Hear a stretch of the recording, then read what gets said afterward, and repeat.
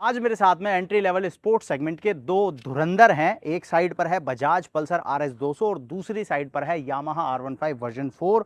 दोनों का इस सेगमेंट में कड़ा मुकाबला होता है और इस सेगमेंट के जो ज़्यादातर बायर हैं वो इन दोनों मोटरसाइकिल में से कोई एक ही चुनते हैं। और आपको कौन सी चुननी है और क्यों, ये मैं बताऊंगा आपको आज के डिटेल कंपैरिजन में। साइड बाय साइड दोनों ही बाइकें हैं तो कंपेयर करेंगे, जानेंगे किस मोटरसाइकिल में क्या कुछ आपको मिलता है और कौन सी मोटरसाइकिल आपको खरीदना चाहिए और क्यों। तो बिना किसी देरी के वीडियो करते हैं शुरू। आगे बढ़ने से पहले एक ही रिक्वेस्ट है, यदि चैनल पर नए हो तो सब्सक्राइब करना और नोटिफिकेशन बेल को ऑन करना मत भूलना।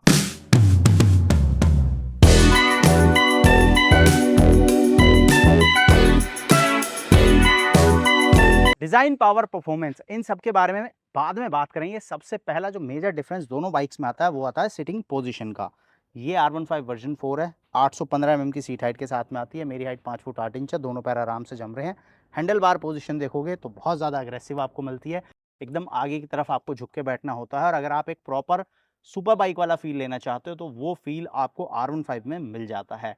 बहुत ही एग्रेसिव कमिटेड सिटिंग पोजीशन आपको इसमें मिलती है। कॉम्प्रोमाइज़ करना होगा आपको यहाँ पर कंफर्ट के साथ। अगर आप लॉन्ग राइड्स जाना चाहते हो, कंफर्टेबल बाइक देख रहे हो तो वहाँ पर R15 आपके लिए नहीं है। बट अगर आपको एक अग्रेसिव स्पोर्टी लुक के साथ में स्पोर्टी फीचर वाली मोटरसाइकिल चाहिए तो फिर R15 आपके लिए एक बेस्ट ऑप्शन हो सकती है। अब बात करें पल्सर RS 200 की, तो यहाँ पर आपको कंफर्ट ज़्यादा देखने को मिलता है। 810 mm की सीट हाइट है, 5 mm का ही डिफरेंस है।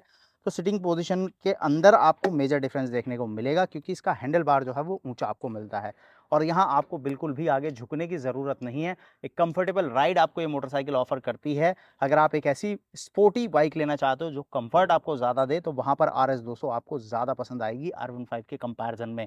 बट अगर आपको चाहिए एक proper aggressive look, sitting position, तो यहाँ पर लुक तो अग्रेसिव है बट सिटिंग पोजिशन अग्रेसिव नहीं है।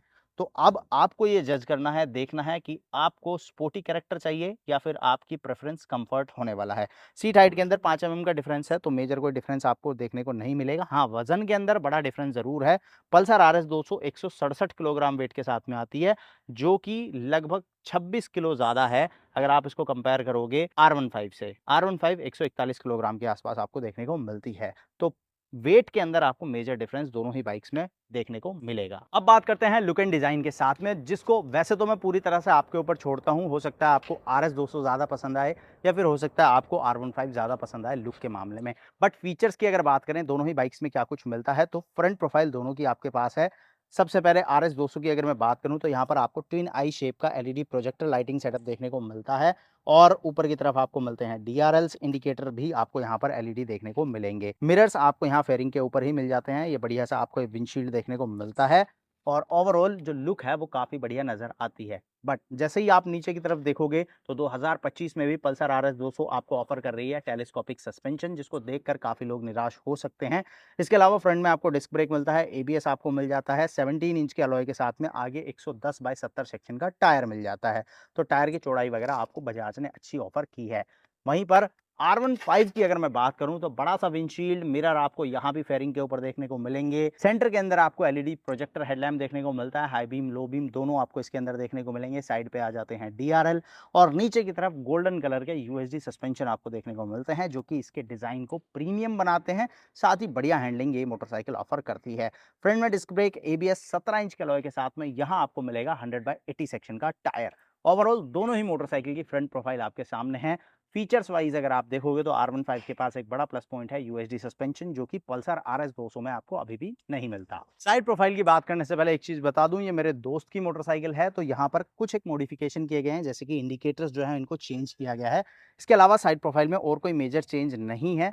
R15 को अगर आप साइड से देखोगे तो बाइक काफी ज्यादा अग्रेसिव नजर आती है। मल्टी लेयर फेयरिंग आपको यहाँ पर देखने को मिलेगी। इसके अलावा एग्जॉस्ट जो है वो काफी बड़े साइज का और ऊपर तक आपको यहाँ पर मिलता है। पीछे मोनोशॉक सस्पेंशन आ जाता है और इस बाइक के अंदर कंपनी ऑफर करती है 11 लीटर का फ्यूल टैंक, जो कि आपको डिसेंट फ्यूल रेंज ऑफर करता है।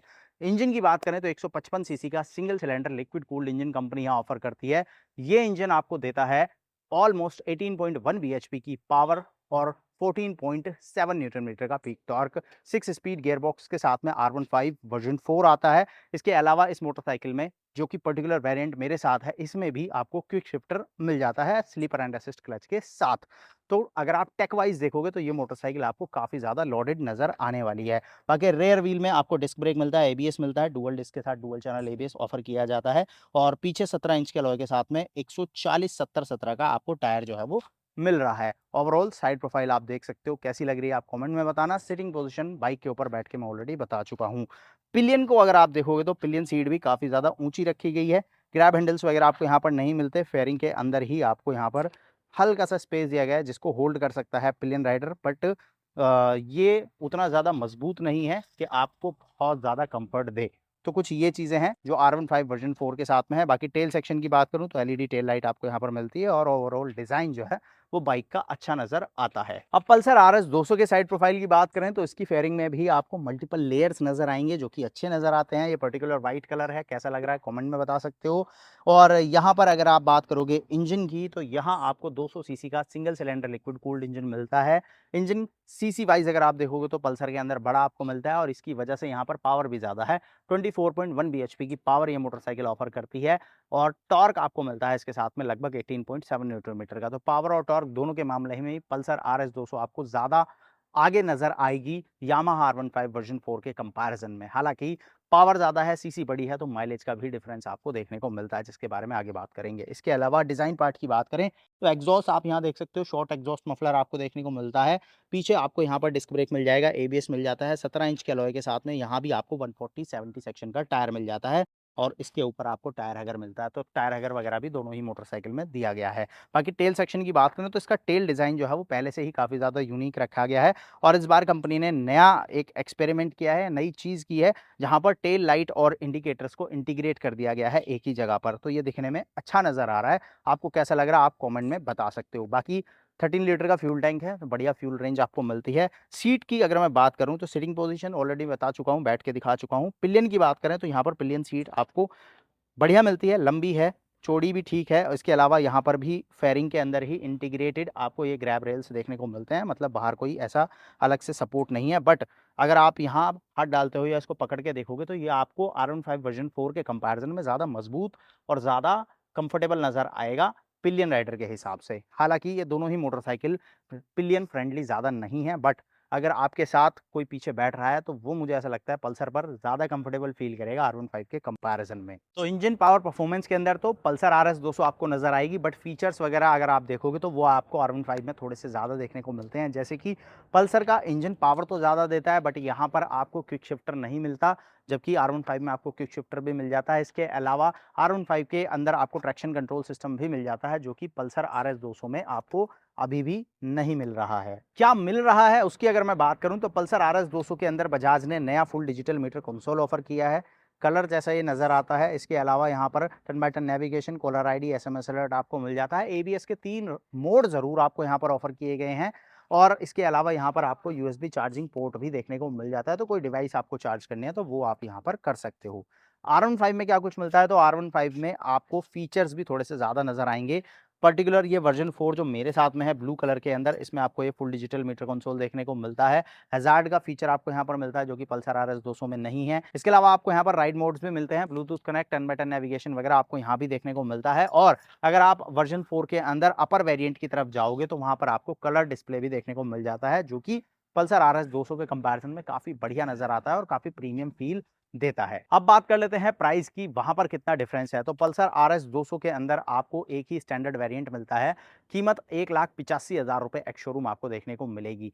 R15 के अंदर मल्टीपल वेरिएंट्स हैं, जैसे कि वर्जन 4 स्टैंडर्ड आपको मिलेगा, उसके ऊपर फिर आपको ये ब्लू मिलता है जिसमें आपको क्विक शिफ्टर आ जाता है। इसके बाद आपके पास ऑप्शन है R15M का, उसके ऊपर आपको मॉन्स्टर एनर्जी एडिशन देखने को मिलता है। तो इस तरह से मल्टीपल वेरिएंट्स जो है वो कंपनी ने रखे हुए हैं, हर एक वेरिएंट के साथ में प्राइस जो है वो अलग देखने को मिलेगी।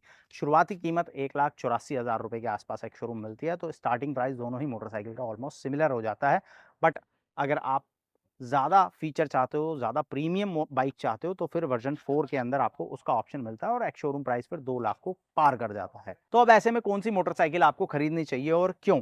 तो देखो, अगर आपको एक ऐसी मोटरसाइकिल चाहिए जो रॉ परफॉर्मेंस दे, कंफर्टेबल सिटिंग पोजीशन दे, तो वहाँ पर बजाज पल्सर RS 200 आपको पसंद आ सकती है, क्योंकि इस मोटरसाइकिल का एक बड़ा फैक्टर है कंफर्ट। उसके बाद यहाँ पर आपको पावर भी ज़्यादा देखने को मिलती है। हालाँकि माइलेज ड्रॉप ज़रूर होता है, ये मोटरसाइकिल आपको लगभग 30 से 35 किलोमीटर पर लीटर की माइलेज दे सकती है।